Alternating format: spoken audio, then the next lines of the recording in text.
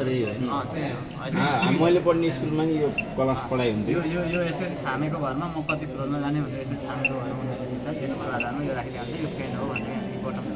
राखिदिन्छ यो साङ्केतिकहरूको लागि हो हजुर अब यो 5वटा केबल चाहिँ आउने भइहाल्यो 5वटा फ्लोरको केबल आयो प्लस घन्टीको केबल आयो अब यहाँ सुन्नु आयो बज्यो अनि त्यसपछि यो साउन्ड माथि घन्टी बजिरहेको छ सुन्नु है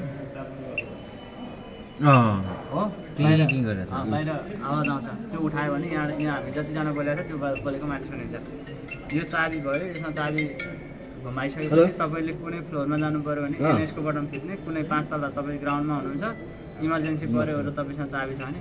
इमर्जेन्सीमा यहाँ एटेन्डेन्सबाट लानु त्यसपछि एनएस अनि हामीले मेन्टेनेन्स गर्दै गर्नु पर्यो सक्यो हामीलाई यहाँबाट मेन्टेनेन्स गर्न सकिँदैन होइन मेन्टेनेन्सको लागि तलमाथि आफूले हिँडाउनलाई महसुस गर्नलाई भनौँ तल्लाखेरि कति हल्लिन्छ क्या त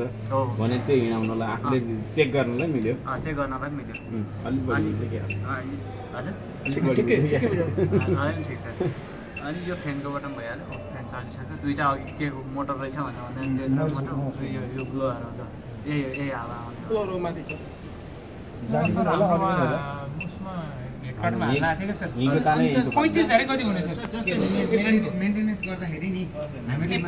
अनि अघि मैले त्यहाँ उता भेट्ने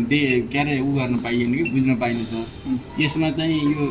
यसको काम के हो होइन यो यहाँ स्पिरिङ छ भन्नु हो यसको अनि यहाँ यो कुन मेकानिजम के यो ढोकाको तपाईले यहाँ भन्दै गर्दा हामी थिएन कि अब अब यो भयो यो इमर्जेन्सीमा यही हो लाइट बल्ने यो लाइट इमर्जेन्सीमा बल्ने लाइट यो 12 भोल्टमा हुन्छ यो पनि 12 भोल्टमा हुन्छ यो पनि 12 भोल्टमा छ होला सायद कुनै भोल्टेजमा छ